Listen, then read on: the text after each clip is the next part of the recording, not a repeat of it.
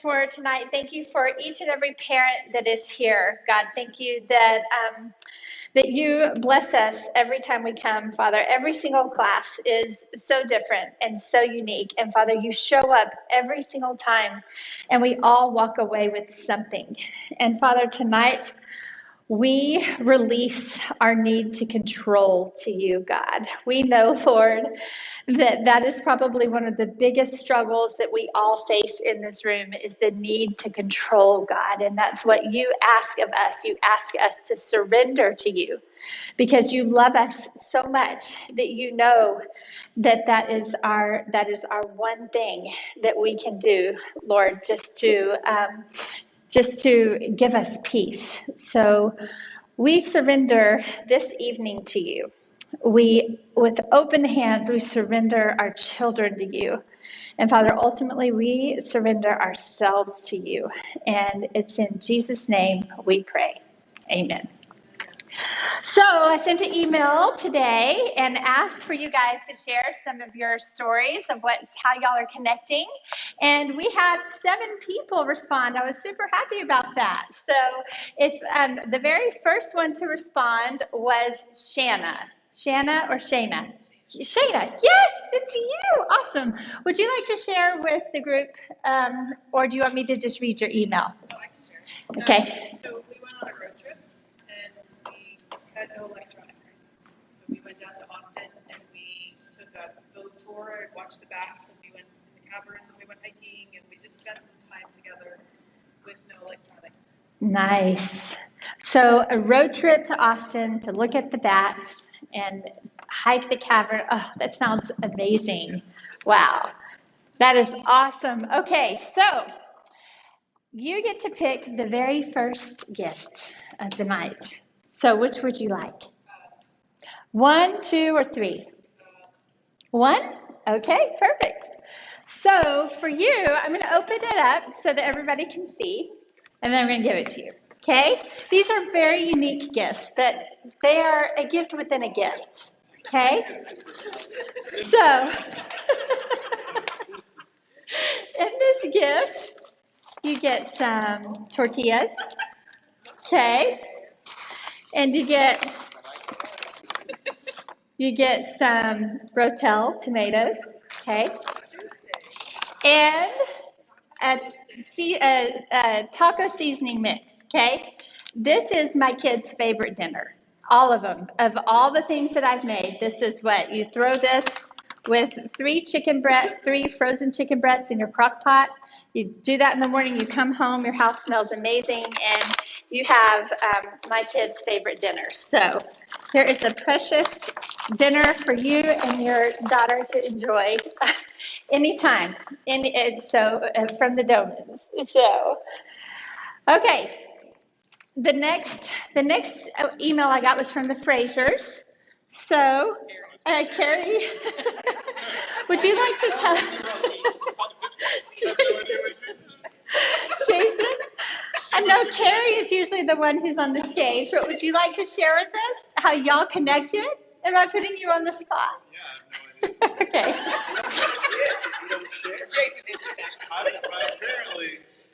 Okay, let me read it. Then I'll read it. Okay, let me read what Miss Carrie had to say. Okay, Carrie said, Melanie, Jason, my husband, is the most amazing man I've ever met. Oh, sorry. Okay. Sorry, wrong part of the email. Okay, she said, no roses for us. So apparently y'all did not get the bonus points by doing the rose. Anybody do the rose? No, maybe it's not a good idea. There you are, Carrie. I'm reading your email right now. Okay, she said, but we have had less TV time, more meals at the table together, and we did the love language test together. So, well done. You are the second one to send in the email. So would you like 1 or 2? 2. 2? Okay. So, I'm opening the gifts in front of everybody. Okay. I figured this is like something Melanie. Yeah. This is your 3rd time taped class, so you kind of know how things go, right? Okay, so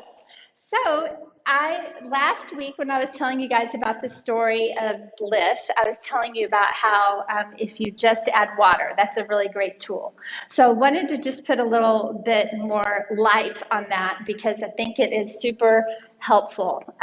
Because truly, sometimes just it really is a reset. Like there is a chemical balance that happens. Scientists have proven this, that whenever you just feel out of sorts, whether it's you're having anxiety or you're just about to explode or your kid or you just need a reset, like we always reset our phones, water is what resets us. And so it's really cool. You can do a whole spiritual application on that. We don't have time. But Jesus says he's the living water, all the things. Just imagine. But anyway, so with that reset, I just wanted to remind all of us that you can either go take a shower, you could go have your kids take a bath, go take a shower, just put your feet in the bathtub. You can even just go wash your hands. Like I said, at a restaurant, just go wash your hands. Sometimes even just drinking room temperature water is helpful. I don't know how that helps, but it does. It just changes the chemicals. So that's why here's some lovely hand soap and some bath bombs. So I'm glad you picked this one, because if this was for a family of boys, they may not have appreciated the pink bath bomb. So, perfect. Okay, now I have one more. I know I said the first two, but then I had this other idea, and so I had to pick the next one. So the next one is from Chris and Jennifer Zamzow. I just love that last name. Did I say that right? Zamzo. Okay, isn't that cool? Okay, so this is your gift. So I'm going to open it in front of everybody. Oh yeah, tell your story. Yes.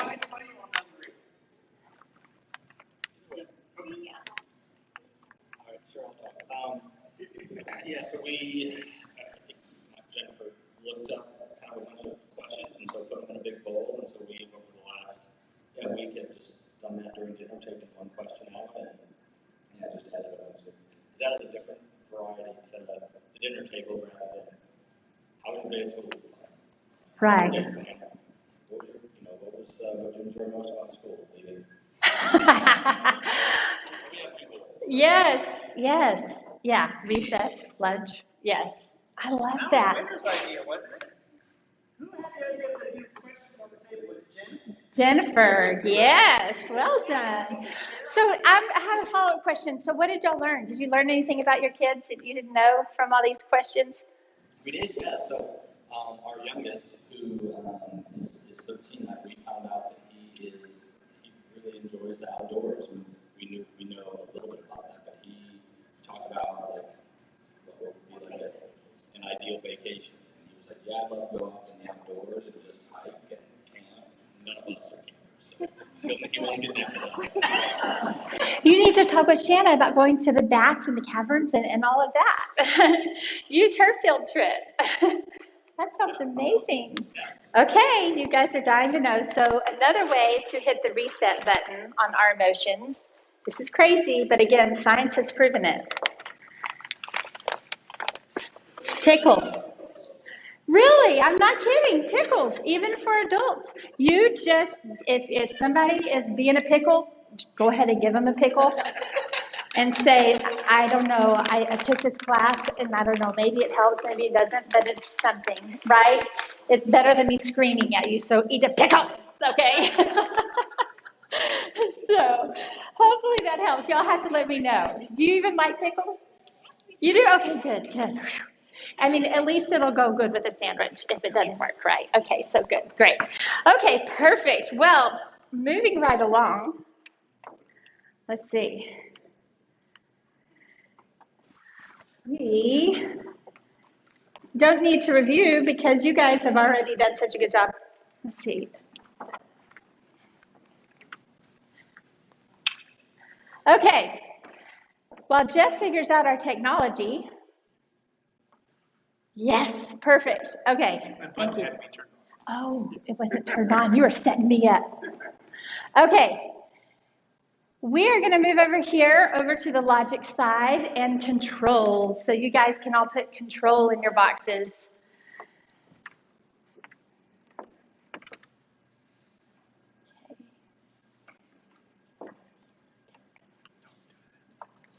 All right. And because we're on the control side, it's good. It's on the side of the control guy. And I've shared with that with you guys in the beginning, but I'm going to give you guys a little teaser for today. And we're going to about this at stage. Before the end of the night, you guys get to see a red-headed Irishman in his underwear. Okay? But it's not him. It's somebody else. So you guys can get ready for that one. And the control side of this, I enjoy it because remember I was a drill sergeant guy who likes rules and all that good stuff. And today we're talking about control. And if you remember back to the very first class we had, I told y'all to take out your cameras and take a picture of the rules of love and logic. You guys remember that? Anybody remember what the rules of love and logic are on the first one? Okay, we're going to put it on the screen. Here it is. Number 1. Adults set firm limits in loving ways without anger, lecture, threats, or repeated warning. And number 2, when our kids misbehave, because it's going to happen, it's not a matter of when, it's not a matter of if, it's a matter of when. When our children misbehave and cause problems, adults hand these problems back in loving ways. You guys also remember 2 weeks ago when I talked to you guys about the building of the Dallas Stadium? All that time, and all they did was push around dirt forever. And it seemed like nothing was happening. Well, today is the day that we graduate from the foundation of relationship. And today we're going to start giving you guys some neat things that you get to go home and practice on your kids. But I do want to warn you. We've given you a lot of tools, but these are power tools. Like, you go and take a power tool to somebody or to something that isn't ready for it, you can do some damage. So you want to be careful. Right?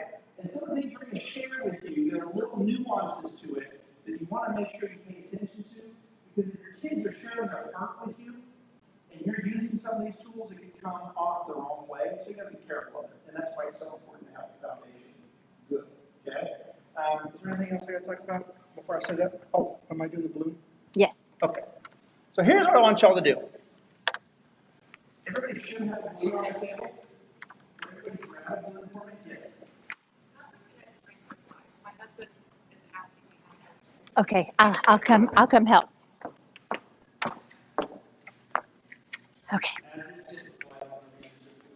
Is it just on the It's page.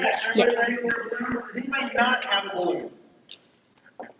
Everybody has a balloon? Okay, here's what I want y'all to do. We're going to play with the balloons a little bit.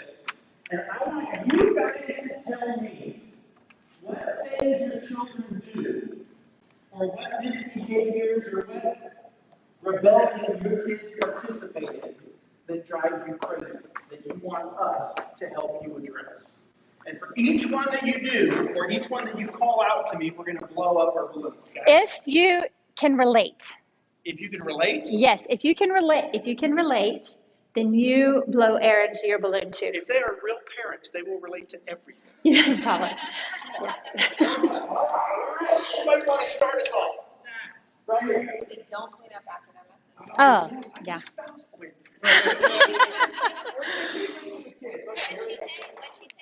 yeah. Not cleaning up the mess. Yeah. Yeah. Okay, I heard something back here. Sass. Oh, sassiness back up. Yeah. We get two.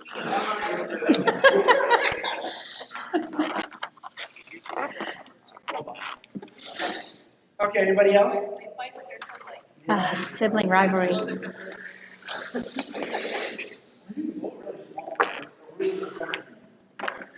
All right, anybody else? Laura? A little specific. They're emptying out the hairdresser right now. Oh, yes. Okay, anybody else? Not listening. Not listening. Good. Anybody else? Complaining. Complaining. Good. Anybody else? Whining. Whining. Oh my gosh. I get 2 puffs for that one. Yeah, constant talk. Good. Anybody else? Huh? Tattletailing, good. Arguing, good. You got teenagers, yes. Anybody else? Crazy selfish, that's good. Anybody else? Huh? One more time. Hyper, yes. I'm getting big. You're getting big too. Okay. Anybody else? Oh, bedtime. Bedtime. Okay. Okay. Anybody else? How about picky eaters? Oh, yeah. Picky eaters? Okay. Okay, I don't think I have any more room. So you ready? You take over. I mean, how many of you can say that's probably the first 5 minutes of your day? It's going with all those, right? Okay, so we all know the correct way to let air out of our balloons, correct? Yes. Okay, so why don't y'all do that real quick? The correct way. Yes. There you go. Now, we all know the way that we possibly, whenever we either sometimes get all tied up and then this balloon pops, which I won't do because some people actually have a true fear of balloons popping, so I won't do that to you. But also, we can also look a lot like this in our house, right? We're like we grow a second and third head and we just turn into a crazy person when someone just continues to just push us the wrong way. So, the little exercise you just did where you let the air out of your, what are you up to? What are y'all doing with those balloons? To something. Oh my goodness. Okay, so we all know that the way that y'all just let the air out of your balloons required a little bit of self-control, right? You had to slowly let that air out of your balloon. You couldn't just let your balloon fly all over the room, correct? So that is why we use that exercise to have a visual of what we need to be doing with our emotions whenever we just get pushed to our limits. These are the unwanted behaviors that we usually hear over and over and over every class. These are also happen to be the ones that Jeff and I very much relate to. Are there any up there that being late for school and church? I don't know anybody who always wants me to have that one up there. That's probably Jeff's biggest one. He's like, why are we always late? Okay, so back to our house. We are going to use a very special way to describe what you just did with your balloon. Normally, I would call this self-control because this is all about control. But then I started thinking about it a little bit more, and I decided to totally relabel this, and I want y'all to write self-discipline. And while you're writing self-discipline, I'll explain why. So discipline, often we think of discipline meaning trying to control our kids, right? But if you take that word apart, discipline actually has what word inside of it? Disciple, exactly. And if you were to disciple somebody, the verb form of disciple would be to teach or train, right? So if we are going to have self-discipline, that means we are going to use all of our energy and time training ourselves, right?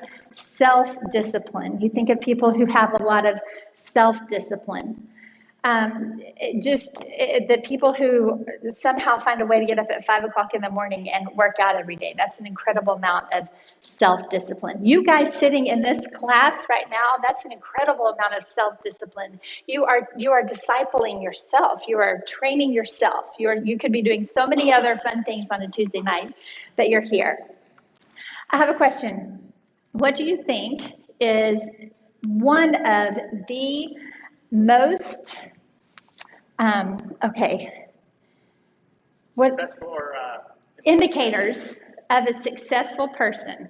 What do you think? What makes a person successful? What characteristic traits make someone successful? They're what? routine? Routine. Oh, good. Routine. Okay. They are handsome or beautiful, right? They make a lot of money. All of the things that we put a lot of time into. What else? They wear the right clothes and fashion. They're funny. No, none of those things. The top indicator of a successful person is actually self-discipline.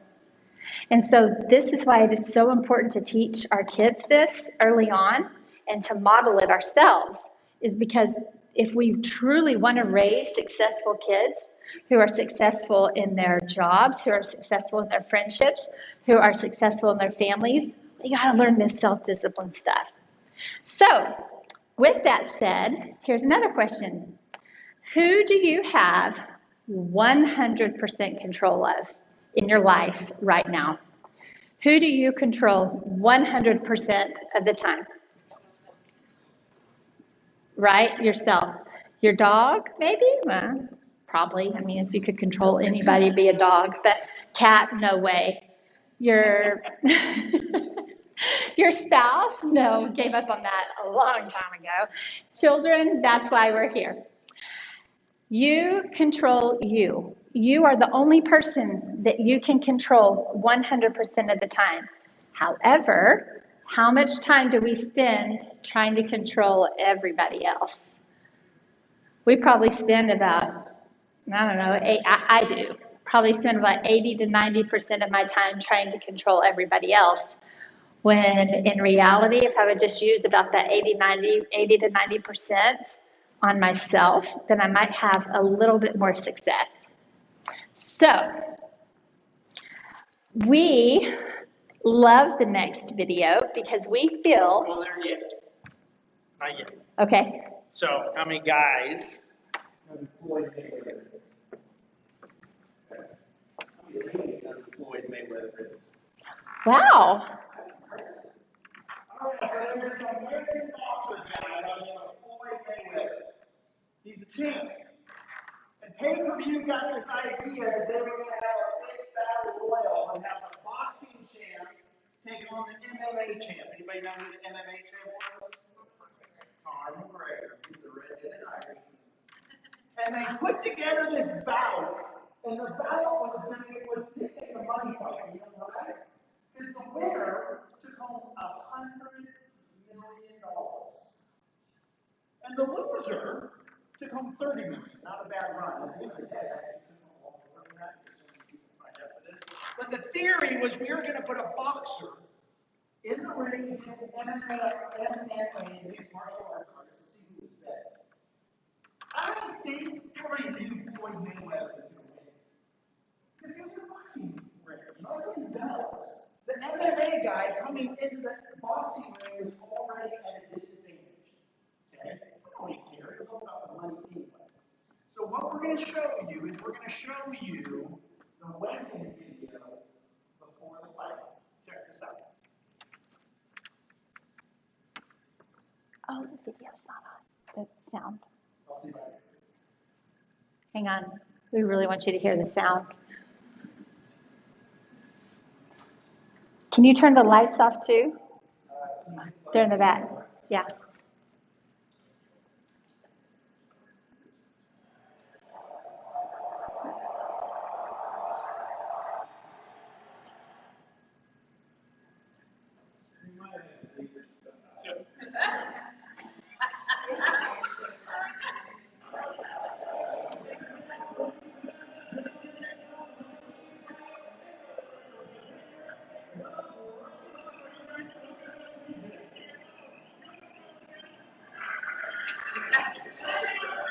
Y'all imagine what his breath must smell like. All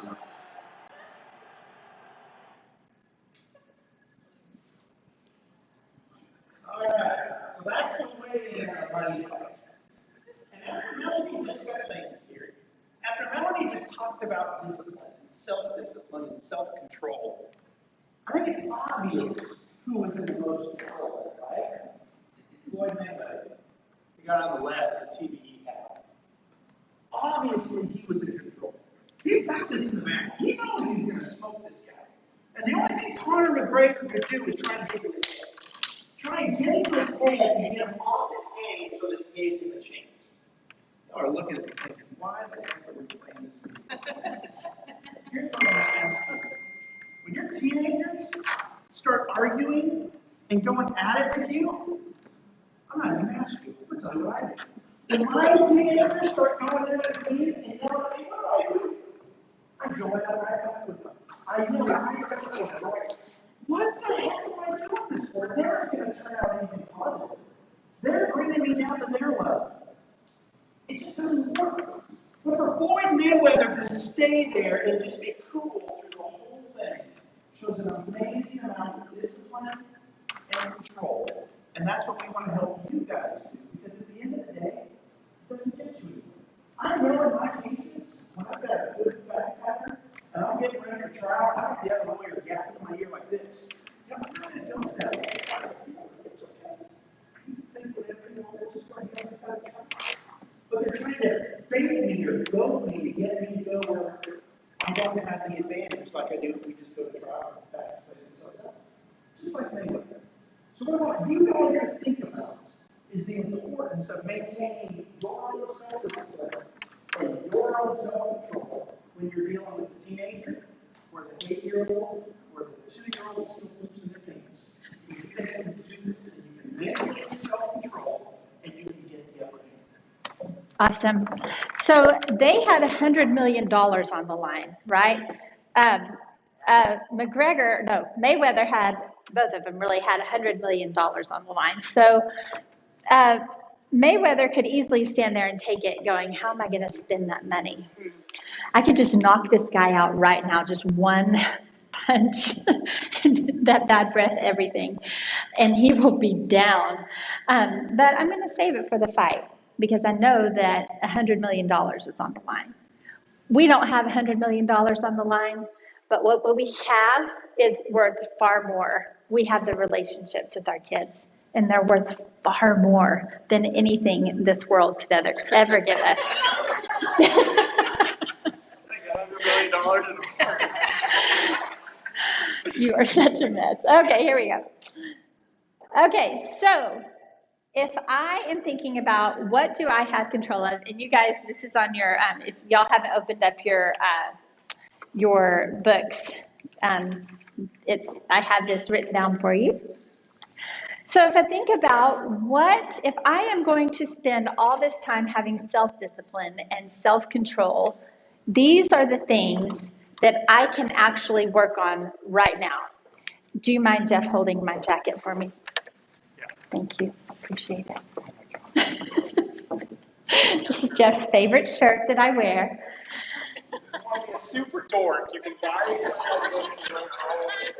You can have one too on Amazon. So I surprise him every time we teach this class. I think this shirt's like 5 years old, and every single time I wear my jacket, and he has no idea until I take off my jacket. Okay, so halt. Okay, if you have to buy the shirt if it'll help you remember. But don't ever let yourself get too hungry, angry, lonely, or tired. It spells halt. Hungry, angry, lonely, or tired. If you ever think, oh my gosh, I'm about to lose it. Okay, have I eaten today more than like the bread off of my kid's lunch when I was making it this morning? No? Okay. Am I angry? Okay, lonely. You guys, probably none of us would admit it here, but we're all walking around pretty lonely. We have thousands of friends on Facebook, but then at the end of the day, sometimes we don't have true, genuine connection with people, and we can find ourselves pretty lonely.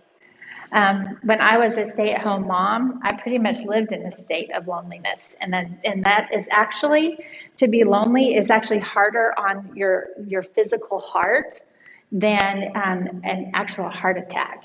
So find a way to connect. Find a way. Being here is a great start. Find a way to connect. Connect with the people at your table. Connect with an old friend. Make a new friend. Join some kind of a class that's a hobby that you enjoy to connect with people. Get in a Bible study. Find a way to connect with people, because loneliness is really a silent killer. And then tired. Again, if you have, who has preschoolers in here? Okay. I mean, you're just in a constant state of tired, right? You're just always tired. I mean, so they say, try not to ever let yourself get into a situation where you're two or more of these things. When I think about my really hard days at home with all the littles, I was always tired and always lonely. So I was always in a state of halt. So work really hard to take care of yourself. That's the very first part of self-discipline. Now, if you have a preschooler, again, so I'm talking to this side of the room over here, they don't necessarily follow these same rules, and it's in your book. I made this up. Instead of hungry, angry, lonely, and tired, it spells hat. So hungry, they're always hungry. Their stomachs are like the size of a walnut. So they just always need to be eating. You just always need to keep those healthy snacks available. I used to put like an ice tray, like an old-fashioned ice tray with a bunch of different snacks in there for my kids just to come by and graze. Attention. Their attention spans are so much smaller than you think. So I went ahead and it's again in your book. But if you think about it, if you have a 2-year-old, their attention span, they should be able to pay attention for about 4 to 10 minutes. That's not very long at all. So a lot of times we love to take our preschoolers out to eat, or especially after church when we're like, oh, you can skip a nap, no big deal. I know you've just been told and you're exhausted. We'll skip your nap and we'll take you out to eat because that's a fun thing to do after church. And our kids are melting down in the restaurant. We can't figure out why.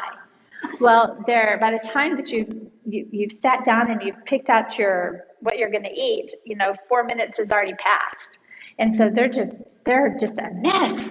So just have a little bit of grace for your kids when they're having their meltdowns. I guarantee you the next time your preschooler has a meltdown, go back and think, okay, are they hungry? Am I pushing their attention span?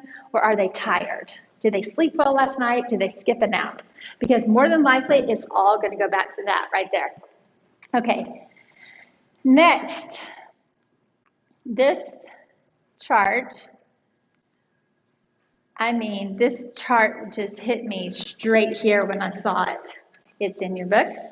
The things that I can control are the things that are on the inside of the circle. So let's take a look at that. My thoughts, my words,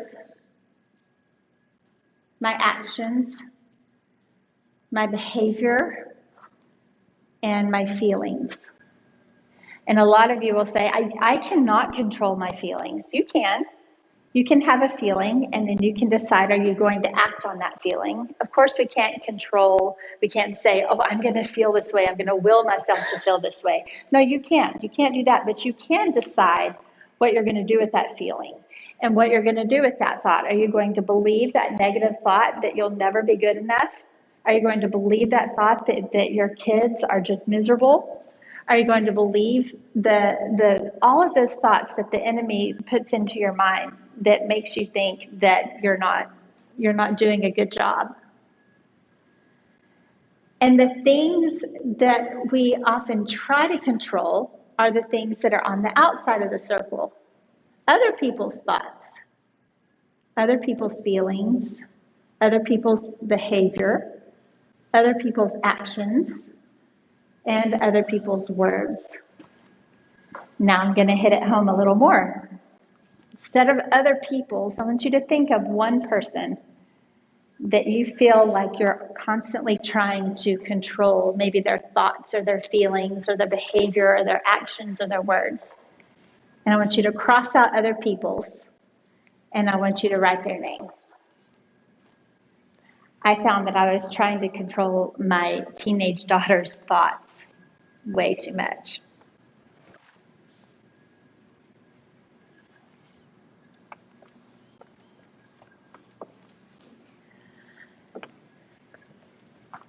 Sometimes the only thing that we can control in a situation, whether we're in traffic, we're in a long line at the grocery store, We're stuck in our 7th quarantine. Yes, that was us. Just recently came out of that. Sometimes the only thing that we can control is our attitude and or our response. So if I'm stuck in traffic, there's nothing I can do. I can sit here and I can get mad, I can yell, I can whatever. Or I can take a deep breath and I can say, the only thing I truly have control of right now is my attitude and my response to this traffic right here. So I'm going to train. I'm going to do a little self-discipline right here. I'm going to work on this. This is an area of my life where I need some growth because I shouldn't be flipping out sitting in traffic, or I shouldn't be flipping out at the long line at the grocery store.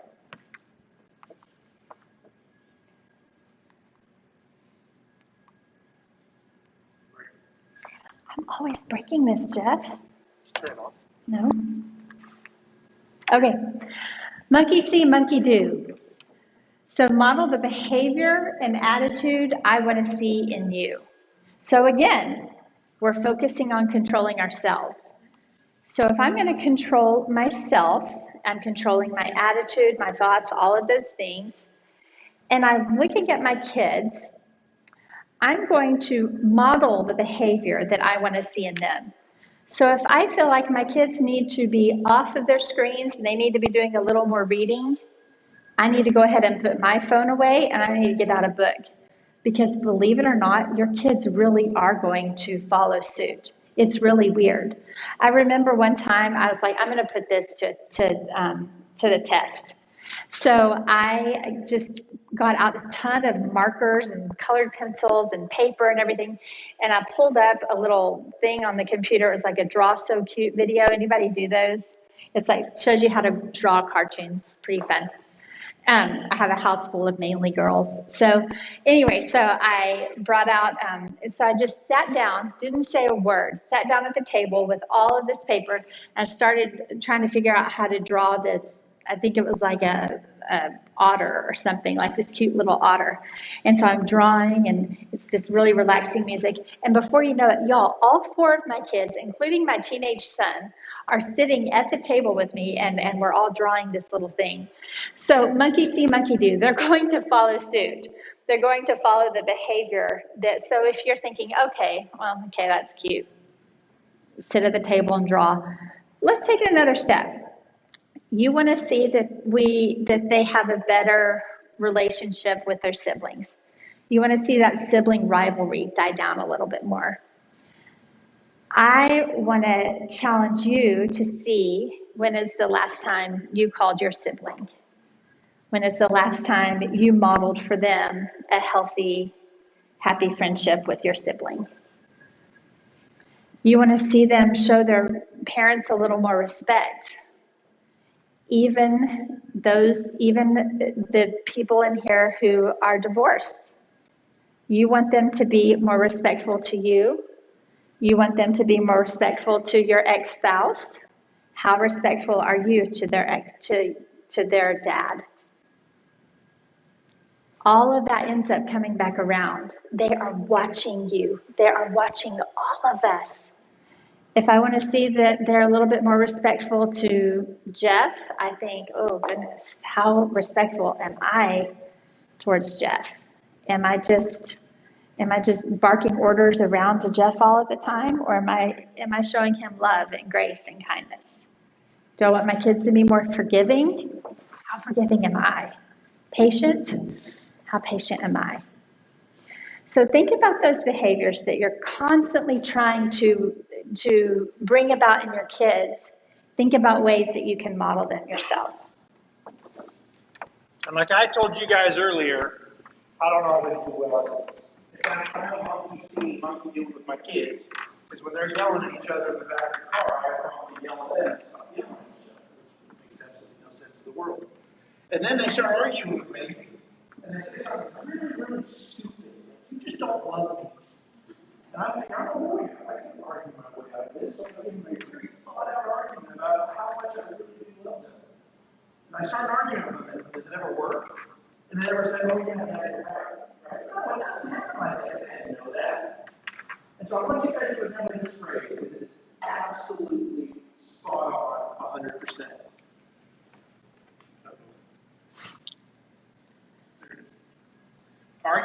child who is out of control is like trying to reason with a rabid dog.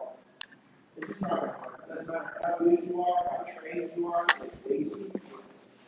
And so when you find yourself dealing with kids that are out of control, they're screaming, yelling, they're hungry, they're angry, they're tired, their attention span is gone, it does you no good to try and control them and bring them back to reality. Because what are you saying? Can't control them, right? Can't control you. So when they're like that, that's when you have an opportunity to realize there's a rag doll. I'm over here. I'm not going to waste my effort. I'm just going to control me and not lose my tool. And we'll deal with them later. But trying to deal with them right there at the moment isn't going to get you anywhere other than frustrating you with a finger against the wall. And then what I always end up doing is I end up apologizing to them when I put them to bed at night because I heard my voice yell at. Like, why is that? Because I try to control everything. So when that happens and you realize you're at the point you're arguing with a rabid dog, that's when you take a step back. You control you and let them spin out of control and do their thing. Oh, here we go. I'm going to use all of my energy controlling myself before I try to control you or your behavior. And some of y'all are probably freaking out and saying, whoa, wait a second. You're just going to let me get away with this? No, we're not. Trust me. We're going to get there. But what you've been doing in the past, the last 3 years of your life, 6 years of your life, 10 years of your life, arguing back with them isn't working either, right? So for now, the first step is back away, control yourself, and realize we're not going to argue with this rabid dog.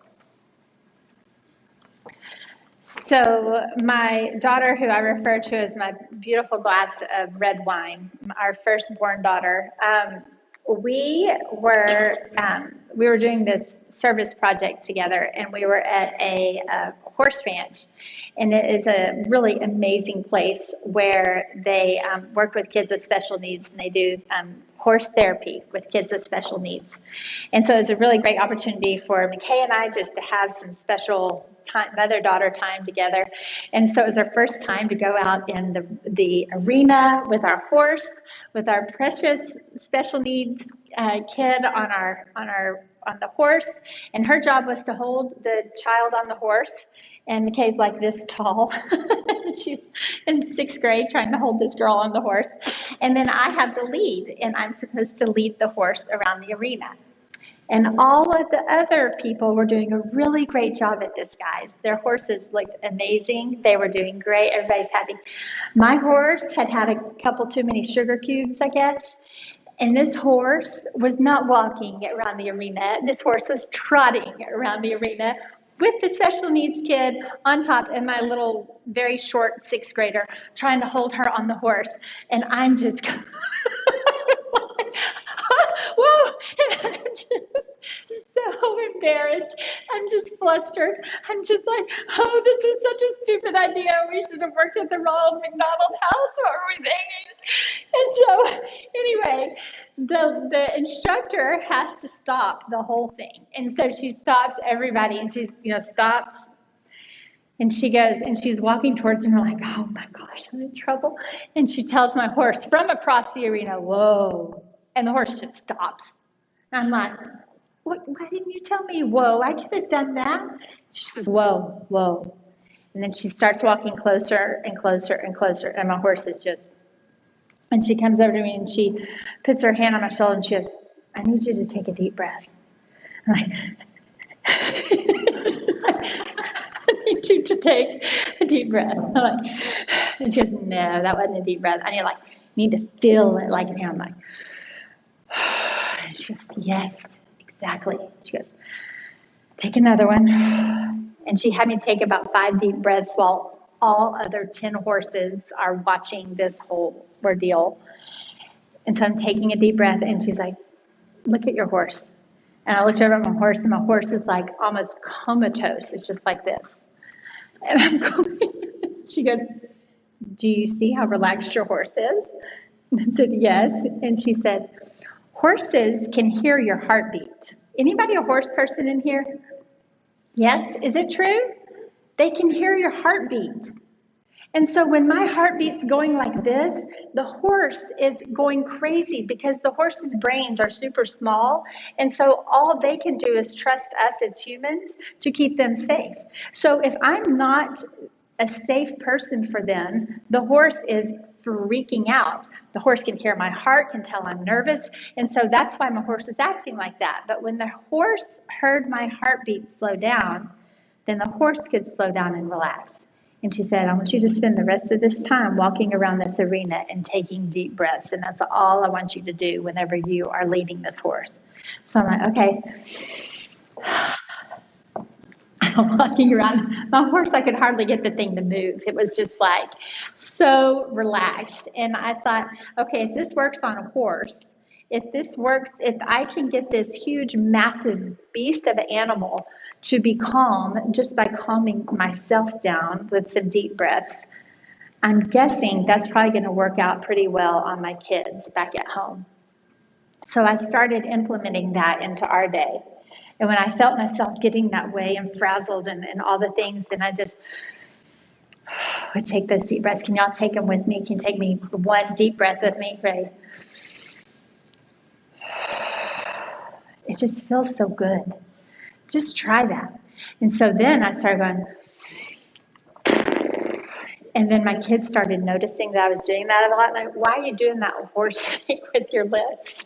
I'm like, just relaxes me, and it just keeps me from completely losing it. It just calms.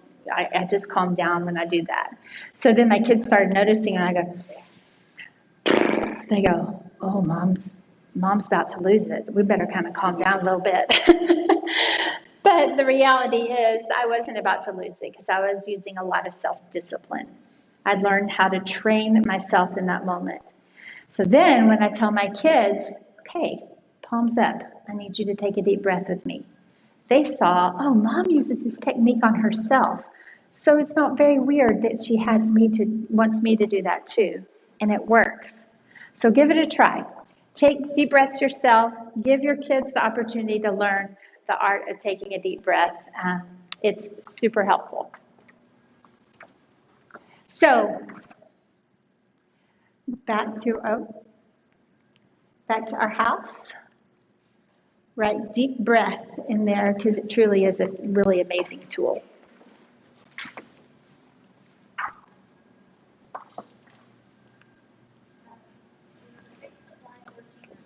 Is it not working?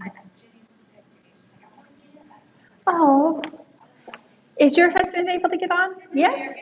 It's on the page. So there's the Facebook group and the Facebook page. So maybe, yes. It's just easier to do it from the page. Tell her to take a deep breath and to go on the page. Okay.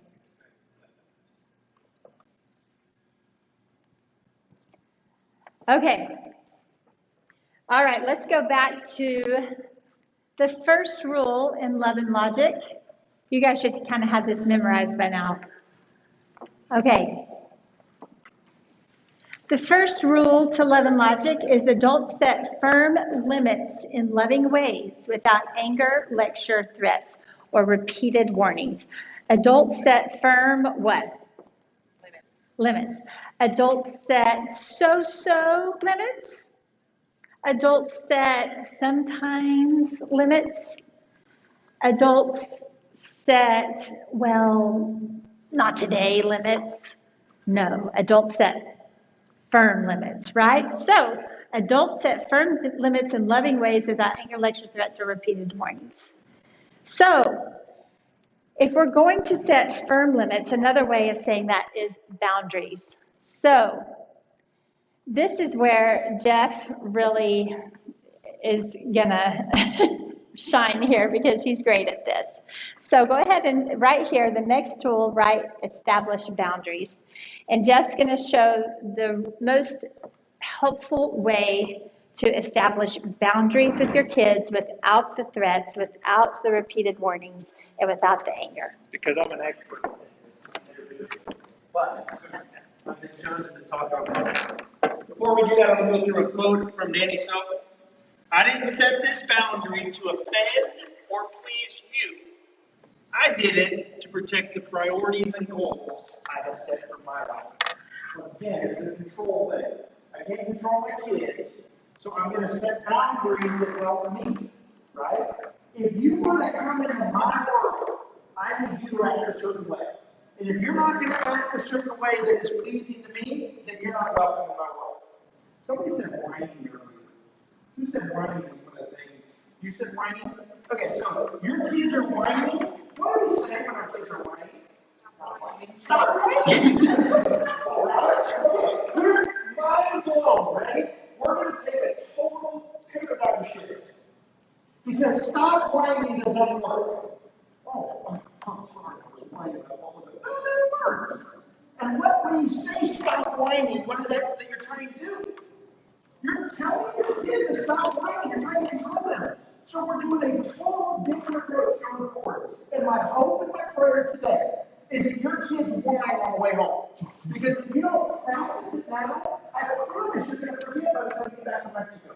Okay? You have to do it now or else you'll forget and you don't realize how powerful this is. So I'm going to give you something else. We're going to make an enforceable statement that is focused on me. And when your kids are whining, you look them in the eyes and you say, I will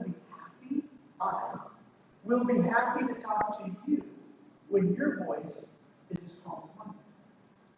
And your kids don't have a choice. I can keep whining or screaming or yelling, and I know mom or dad who just set a firm limit are not going to talk to me anymore. Or they can lower their voice and take a deep breath and say, I really don't want to this. I really want to know. Awesome, I'll tell you what. We will swing by McDonald's and I'll give you a $4 value meal because that's a heck of a lot cheaper than the Mexican. I'm good with that. And how many times your bosses or your spouse or anybody make conditions on you that drive you crazy? And what do we do as adults? Do we start whining and complaining and screaming? No. We take a deep breath. I know you gave me a deadline for tomorrow, but my kid has a baseball game tonight, and I'm not going to be able to do it by tomorrow. Can I get it to you on Friday? And what do most bosses say? Sure, right? And so it's the same thing with kids. We're teaching our kids to be adults, and to handle issues, and to problem solve at a very young age so they get used to this. And I tell you, when the light goes on in your kid's brain, and you say, I will be happy to talk to you when your voice is as calm as mine, and your kids go, you see it now, oh, praise Jesus. It's unbelievable. Now, that's not the only enforceable statement. I'm going to give you a ton of enforceable statements. You ready? So pull up your cameras, because there's a bunch of them, and we're going to go through them. They're in the book. I know, but they're better on the screen. So they are in the book, but they're also on the screen. You ready? When you blank, then I will blank. Hey, when you guys have picked up the living room, I will be happy to serve desserts. When you guys have cleared the kitchen table, I will be happy to serve dessert. Whatever it is you want to do, I don't care. But fill the blanks with what you want, because you'll be controlling me. I'm not going to give you dessert until you do what I need you to do to live in my world. Number 3, we have a peaceful zone downstairs. If you guys want to pick on each other or whine, or if you guys want to fight, that is fine. Here are the baseball bats, and here are the each other all you want. Please do it backyard, so the cops don't get called. But not here. I'm making dinner, or I just got home from a long day at work, and I need 5 minutes of peace. And when you guys are ready to be peaceful, then you can come be with me. Because I'm controlling my zone. That's it. I love to help people when I feel appreciated and respected. I mean, I love sitting down with kids and doing homework, right? And it's miserable. They okay, give it to yourself. I'm happy to help when I feel respected. I'm happy to clean up these toys as long as I'm not working any harder than you. How often are you picking up toys and the kids are screwing around doing nothing? No problem. I will help when we're doing this together because I want to do it with you. I don't want to do it alone. I'm happy to drive when the car is at peace. Oh, there's so much joy. Did I tell you all this last week? Or was that the other session? Wait, you're driving home together. Oh my God, there's so many issues out in church. It's crazy. Driving home from church, and they get to fight in the background. You know what I do?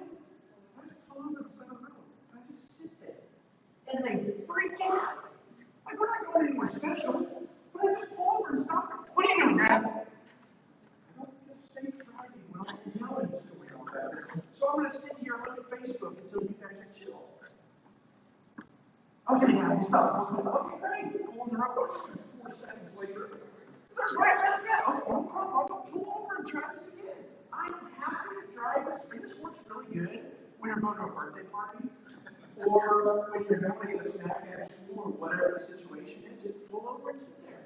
Hey, I'm happy to drive this car when there's peace in you. Okay, I have a question. What about when the kids say, but it was his fault, but it was her fault, but they were doing it? How do you handle that? I don't know. Come on, Jen, you know this. You don't care. Okay, here's what I would say. I don't care who's fault it is, just be quiet. No, honestly, that is. It does not matter to me whose fault it is. Okay. I'm happy to drive when the car's at peace. And so we can either fight about whose fault it is, or we can find a way to have peace, right? Okay. I'm happy to give dessert to kids who eat all their healthy food first. How many know pickle kids? I told you about the kids in Honduras, right? They eat red beans and rice every day. I promise you, your kids are not going to starve to death, right? Just don't give them dessert, don't give them snacks, and let them eat what they're supposed to eat. They'll figure it out.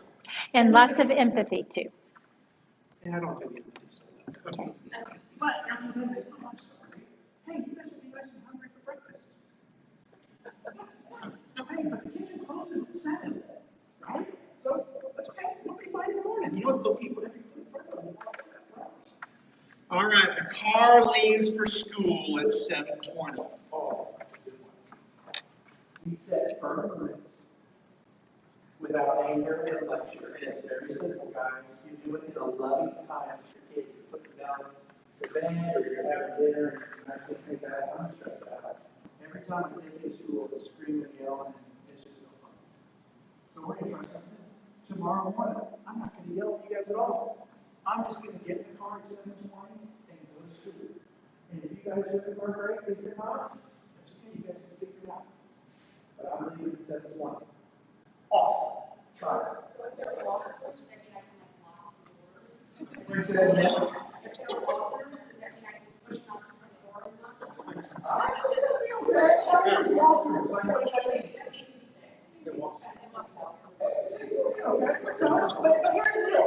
What if you push them out, close the door? Are they going to leave? No, they're going to come back. That's the problem. It doesn't affect the door. It's the same thing with those of you with little kids. Hey, we're leaving in a minute. Do they know what a minute is? No. But after a minute, you start walking. What do? They see you walking away. They want to stay put. They start running. And so the thing is, just start walking away and don't look back, don't look back, don't look back, and they'll come right up on you before it's too late. All right, do you jump in now or do I jump in now? No, you can tell a story. And we can, okay, we have a time at the end of class for yeah buts. And so remember, who said the one about the walkers? Remember that, because I'm going to come back to that. I so badly want to address it now, but I want to get to it then. So my issue was, for some reason, I don't know what it was. Our kids went to school Monday and Wednesday. And so on those days, I would take them to school and Melanie would stay home with Bliss and baby. So I'd get all dressed, ready to go. Every morning, they're screaming and yelling, we got to go at 7:20. I got to get to school, then I got to get to the courthouse, and it's like this, and it's frazzled, and my kids are crying on the way to school instead of having this wonderful time. I'm like, this sucks. So I sat down with the kids and I said, here's what we got to do. We got to figure out a way to fix this, right? We have to come up with a game plan to where I'm not screaming and yelling at you guys. You guys aren't crying on the way to school, but everybody's happy, right? What can we do to make this work? I need to leave at 7:20. Can you guys figure that out to be ready at 7:20 without me screaming and yelling at you? And of course, the night before they can. Okay? Yeah, how do we do that? We can leave at 7:20. Do you need any help Getting ready to leave at 7:20. Well, yeah, okay. Well, here's what I do. Lay out your clothes the night before. Pack your lunch the night before. Don't watch TV the morning when you leave. Right? Those are all simple things that we can do. And everybody was gone home. That's wonderful. And that next Monday morning, our kids were awesome. I didn't scream and yell. They were actually all ready to go. It was awesome. In fact, it was so good. Brock would come up to me and say, Dad, will you go through the list and make sure I did everything I was supposed to do? This is really awesome. He's coming to me. Well, Brock, first you put on your deodorant? No, I didn't put on deodorant. Okay. Did you put on your shoes? No. Okay. This is simple. You need to figure this out. But go brush your teeth. Go put on deodorant. Go put on your shoes. But I wanted to ask you questions. You do those 3 things, and we'll be ready to go 7:20. This worked. What, maybe a month and a half. It was awesome. We spent time going to school, like talking about fun things and laughing. In fact, we called the wolf one day. We got on the radio one morning on the wolf going to school. Like, this is so cool. I'm not familiar, right? Until about a month and a half later, for some reason, we were getting ready, and the kids were watching the Brady Bunch wall shows. And I was like, this is weird. Why are they watching the Brady Bunch? But remember the rules of not watching? We established firm boundaries. We set firm boundaries without what? Without lecture, without anger, without repeated warnings. My kids are brilliant. Are your kids brilliant? I think your kids are all brilliant. I heard you talk to your friends, and I heard you talk to your parents about how brilliant your kids are. This is where it comes to be. They don't need to be reminded 50 times that you leave at 7:20, right? Your kids are brilliant. They know what they're doing. They're just manipulating you. They're not. So what I did is I didn't warn them. And I saw them watching Brady Bunch. And it was 7:20. So what did I do? I got in the car and I left. And I'm at home in my robe with my hair in that nasty like bird nest thing that I don't know if y'all do that when I go to bed. That's what I do. I'm in my robe with my little baby Bliss. And Brock is in 5th grade. And he goes out to the garage and sees that Dad has left. And so he comes back in and says, Mom, where's Dad? I said, I don't know. And then he finds his sisters and he's like, hey, guys, Dad left. And so the girls are just, McKay's in 5th grade and Micah's in kindergarten. They're just, oh, my Dad left. It's just all the drama. And Brock is just standing there. And he takes a deep breath. And I saw my son grow about this tall, all in about 5 seconds. He says, Mom, can I please have the phone? And I said, sure. It's in my robe pocket, and I hand it to him. And he calls Dad. He says, Dad, I understand we're late. I understand we weren't in the car, and it was 7:20, and you left. Lips quivering. Can you please come back and get us? Being the good dad I was, I didn't get far. I was parked up in front of the house, waiting for whatever was going to happen because I really didn't know what was going to happen. They might have been there until noon for all I knew, but I was waiting. I got the call. And I was the hero. And I said, sure, bud. I'll swing back around and pick you up. I need everybody ready to lunch. I swung back around in the driveway, opened up the garage, opened up the doors, the kids got in the car. Here's the question. What did you do? Say again? Once they get in the car, you're already back. You open up, they get in the car, what do? Drive to school. You're a liar. What would you do? Lecture. As soon as you lecture, you lose it all. What I tell you about your kids earlier. They're smart kids. They don't need to be told they screwed up. They know. And as soon as you start lecturing, they just tune you out.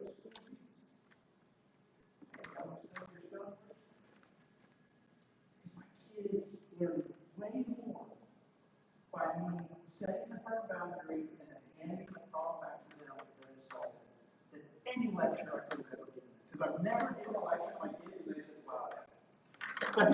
Back to the word down for the kids you want to avoid. No, it doesn't happen that way. But here's the kicker with these enforceable statements. You ready? Your kid's been running brilliant on you all these years. And you go to this stupid parenting class, and you come back with all these.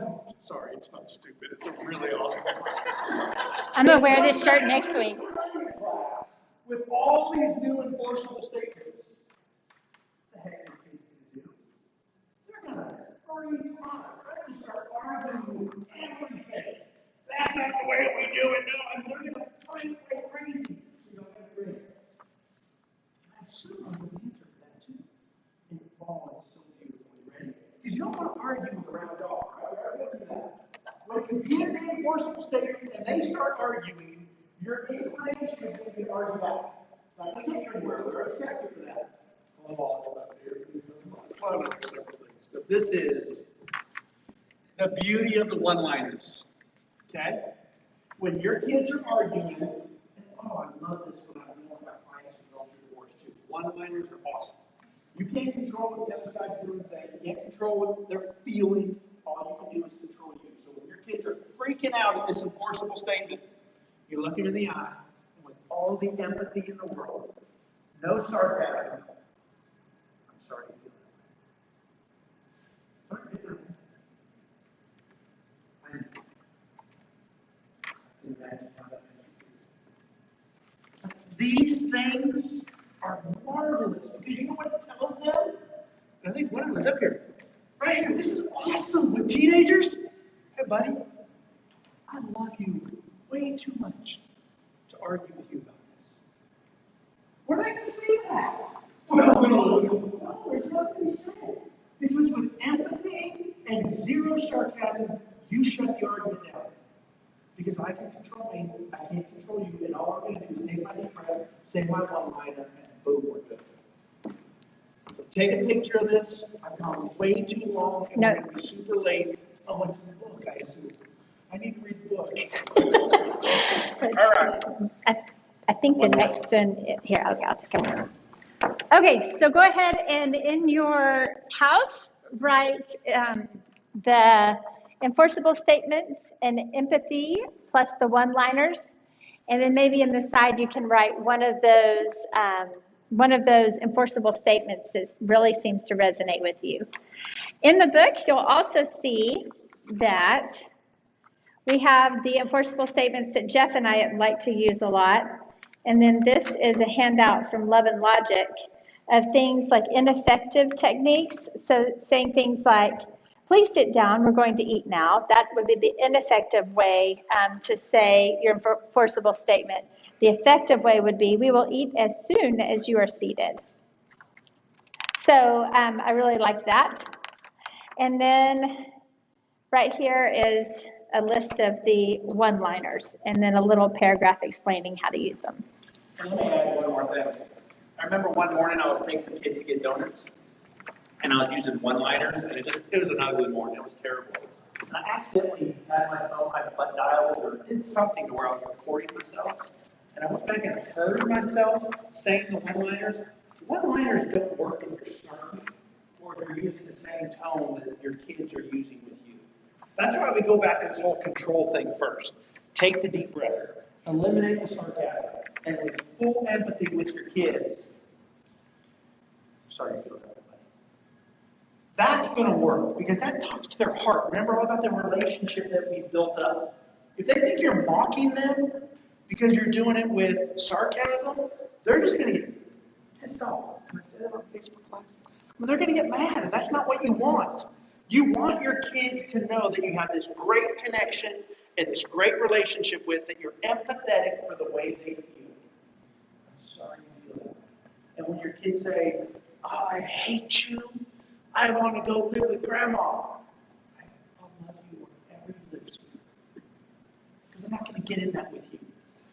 And it's so important to know the difference between when a kid is truly sharing their heart and you need to really address what they're saying versus just trying to get their way. So if they're saying something like this because they want something, they want to manipulate you, that's whenever the one-liners come in. But if they really are sharing their heart with you, that deserves a full-on conversation.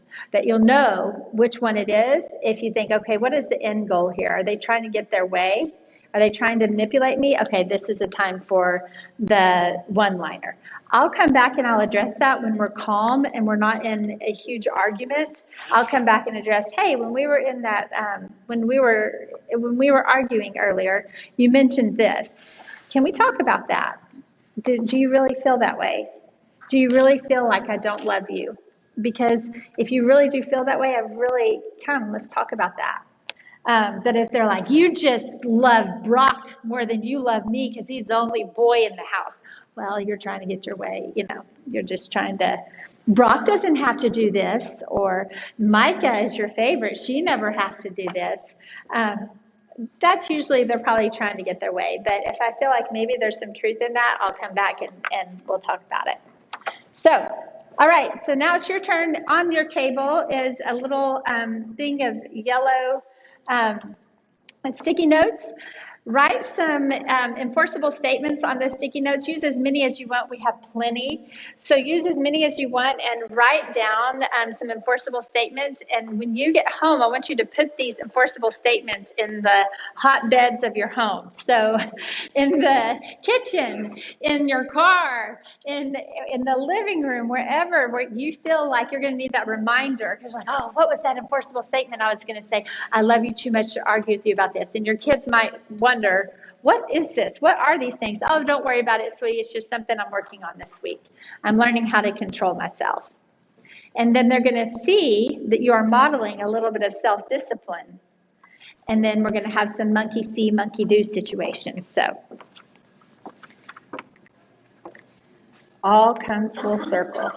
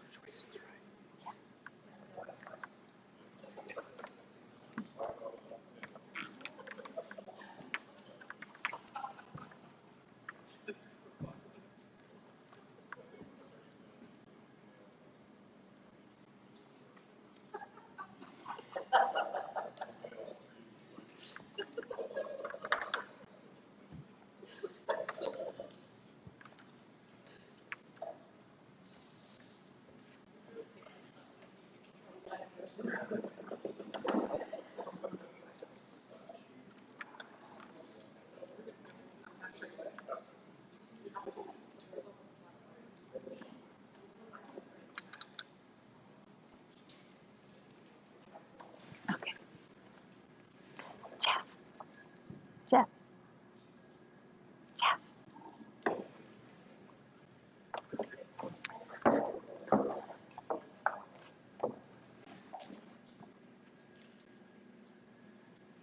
All right.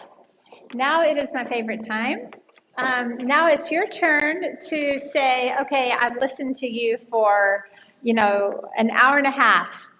Talk about all of these things. You do not know my kid. And so it's your turn to say, yeah, but. So let's first of all start with Jennifer, right? Jennifer? Okay. You were saying, what do you do whenever you can't just get in the car and leave? And you've got a 6-year-old and an 8-year-old who need to walk to school. Okay. So do you walk with them to school? No? Okay. So they walk to school. What would happen if you just let them be tardy? We've done it before. What happens? I usually get called in and have to sign a piece of paper why they were late. Okay. And then what happens at home after that? Okay. Yes. Okay. So can I give you some ideas? Okay. So what would happen in that situation in our home is I would say, guys, remember how y'all were late today? I had to go up to the school. I had to sign a paper and I had to explain why you were tardy. And that took an incredible amount of time out of my day. In fact, by the time round trip, it took about an hour of my day. Maybe it took 15 minutes, but it took an hour of your day, right? What do you guys plan on doing to put that hour back into my day? Because I missed out on the opportunity to do some laundry and some dishes and all the things that I usually do. Or they don't get to have an activity, like they don't get to go to their sport activity. Right, but if you can think of something that would make sense, how they can now help you, right? So that it's not just, I'm just going to take away things that you like, just to be kind of punitive. Instead, let them find a way to put that time back with some things that you don't like to do, like dishes and laundry. Pairing socks, that's my least favorite thing in the world. If I could find a way for my kids to never have to wear socks, that would be awesome. We had this huge basket. But anyway, so that's one of the things that I have my kids do. Baseboards. I planned on cleaning the baseboards today. I didn't get to clean any of them because I had to go up and sign your paper. So find things like that. And then if they're having a good time cleaning the baseboards and you're thinking, I wanted them to be crying when they were doing that. No, it's okay. Let them enjoy putting a little bit of joy back into your life by cleaning your baseboards. But it needs to take a good hour of their time because they need to feel a little bit of what it is whenever they're tardy and how that affects you. And that's where we're handing the problem back to them. They caused the problem by being late, messed up your day, so you're now saying, y'all fix this. Because of you, I had to lose 15 minutes out of my day, so I didn't get to clean the baseboards. I need you guys to clean the baseboards now and make up that time.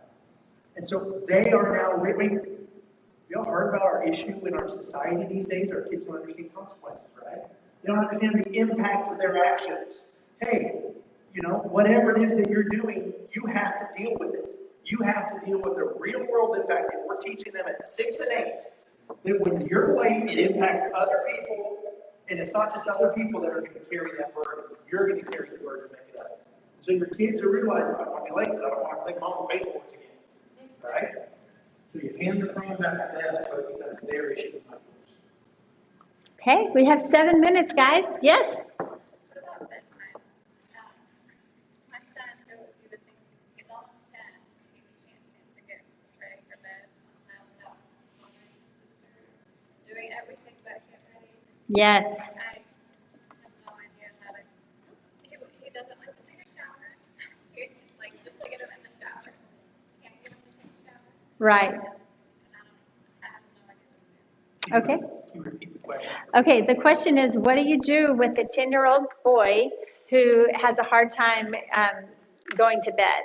And he's doing everything he can to disrupt the sister and all the things because he won't go to bed, right? Okay, so do any of you guys, because y'all always usually have great ideas. Does anybody have any ideas for this one? How we can use some of what we've learned tonight?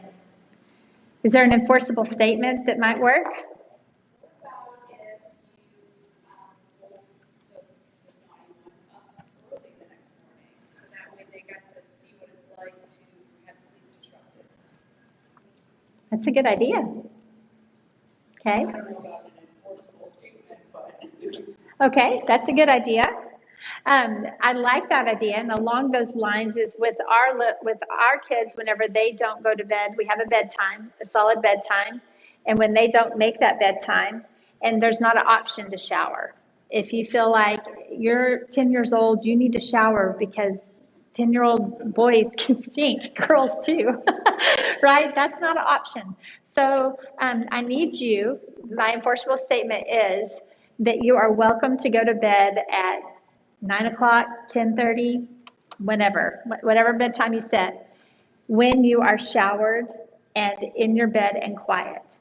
Any time that goes beyond that, I'm just going to go ahead and have you go to bed earlier the next night. So if it takes you 30 minutes past the enforceable statement, so 9:30, 9, we'll just say 9 is the bedtime. So then it's like, okay, great. And of course, talk to him about it, have a dialogue. Do you think that's a reasonable time to ask you to be in bed and all of the things? Have him have some skin in this decision. And if he says, yeah, no, 9:15. Oh, 9:15? Okay, I was thinking 9, but okay, we'll do 9:15. We'll see. You think you can do that? Yeah. Okay, great. 9:15, I expect you to be in bed, showered, teeth brushed, ready to go. Anytime beyond that tonight that you're not in your bed, then we're going to go ahead and have you go to bed earlier the next night. And just and that happens with curfew too, because that 10-year-old in 8 years from now will be 18. And you'll have a curfew of midnight. I need you home at midnight. And then, oh, my friends, oh man, I had to drive so-and-so home because of this, that, and the other. And sorry, Mom, I got home at 12:30. No problem. Here's the deal. Next time, Friday night, I need you home at 11:30. So get them used to what happens whenever they're not going to honor that enforceable statement. Does that sound like something you could do? It does. I just don't know how. Yeah, I don't know how to get him to stop doing everything but what he's supposed to be doing. Okay. So you can say, I'm noticing, and that's another tool too that I use a lot with my teenagers especially, is I notice. I say I notice. Rather than lecturing, because I'm really great at that too, is I'll just say, I'm noticing that at bedtime you are having a hard time focusing. Do you feel that way? Do you feel like you're having a hard time focusing at bedtime? Yeah. No, I focus at that. Oh, you do? Okay. Okay. I'm noticing that you're messing with your sister and this, that, and the other. Do you think you could use some help in focusing? Is there anything I can do to help you? Because I have decided that your bedtime is 9, or we have decided that your bedtime is 9:15, whatever. And any time beyond that, you're going to need to be going to bed earlier. So what can I do to help you to focus? And see if maybe that can help. Another thing I think in there, I don't know. I think we come up with random bedtimes and say that's your bedtime. And sometimes it doesn't have to be that way. We have different kids. My son can stay up till 2 o'clock and then get up for school at 7 o'clock, no issue the next day, and be there at 8 o'clock, no problem, and happy as can be. And so I feel bad saying you have to be in bed at a certain time.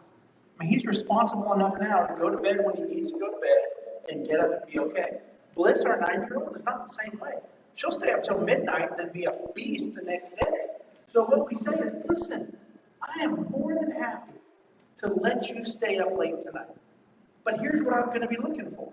I'm going to be looking for your attitude tomorrow, how cranky you are. Is it hard to get you out of bed? Will you agree with me that if all those things are happening, then we need to set your bedtime a little bit earlier until we find out what the secret time is for you?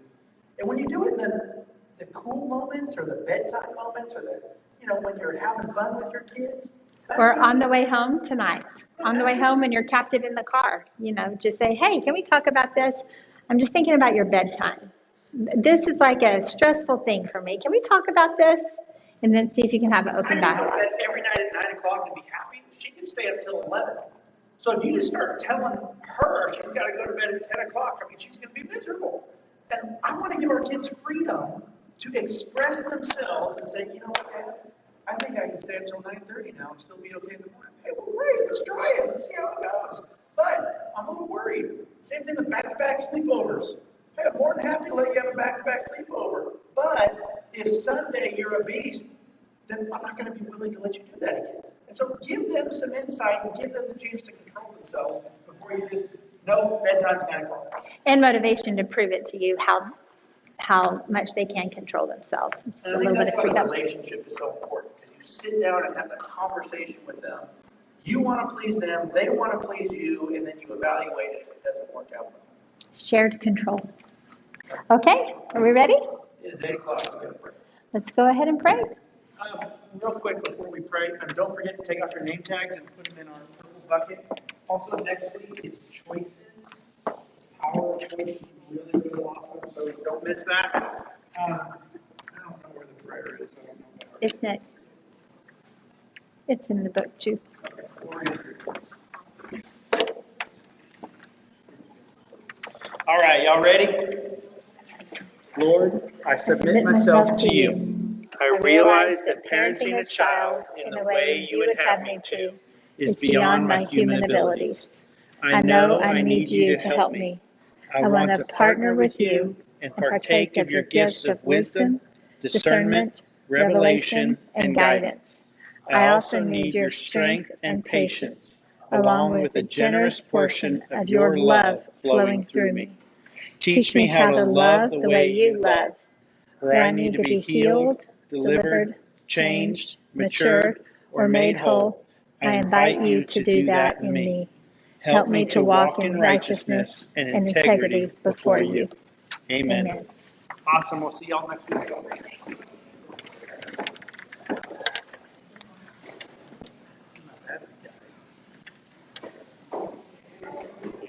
Turn microphone. You want to take that? For me or her? Hey. So my daughter used to argue with everything I said, Yes. and then I tried to solve the logic on her, and it helped a little bit. And now she tries to use it on me. Nice. Okay. So, well, it's frustrating. Okay. But one of the things that she does all the time now is if I ask her to do something, she'll go, "Okay, Mom," and then she'll walk away and just does whatever she wants. Like it's just absolute. Yeah, she's just dismissing you. Yeah. So that's when I would say I've noticed that whenever I ask you to do something, you just say okay, and you don't really do what I ask you to do. You just walk away and do what you're going to do anyway. Do you agree with that? And no, I don't. Okay. Well, how about I let you know the next time you do that? And then there's, okay, great. Or you can go ahead and have it, hey, I need you to pick up your clothes at the end of the night. I don't want them on the floor. If you don't pick them up, then I'll be happy to take care of them. Have an enforceable statement of what's going to happen if she doesn't do it. And don't lecture, threat, get angry or anything. Just go ahead and follow through. And Because I've cleaned the room with the garbage bag before, and it worked for a little while, and then she just falls back into the same behavior. So then I've done it again, and it's like World War III, you know? And then it feels like she just falls back in the same pattern. So I don't know if I'm just not consistent with everything, or she's just in this phase where she doesn't care about anything except her electronics. So we take the electronics, because she lost them because she was on the electronics instead of doing school. So the electronics got removed. And then it's like there's nothing else. So it's just like she's just angsty and just. The electronics are terrible. They do that. They do that to my kids too. But she has a phone because she has her own business. She dog sits in the neighborhood. So I wanted her to have a phone because she's only 12. So I wanted to be able to contact and everything. And when she's on the phone, she's not supposed to. There's no data or anything.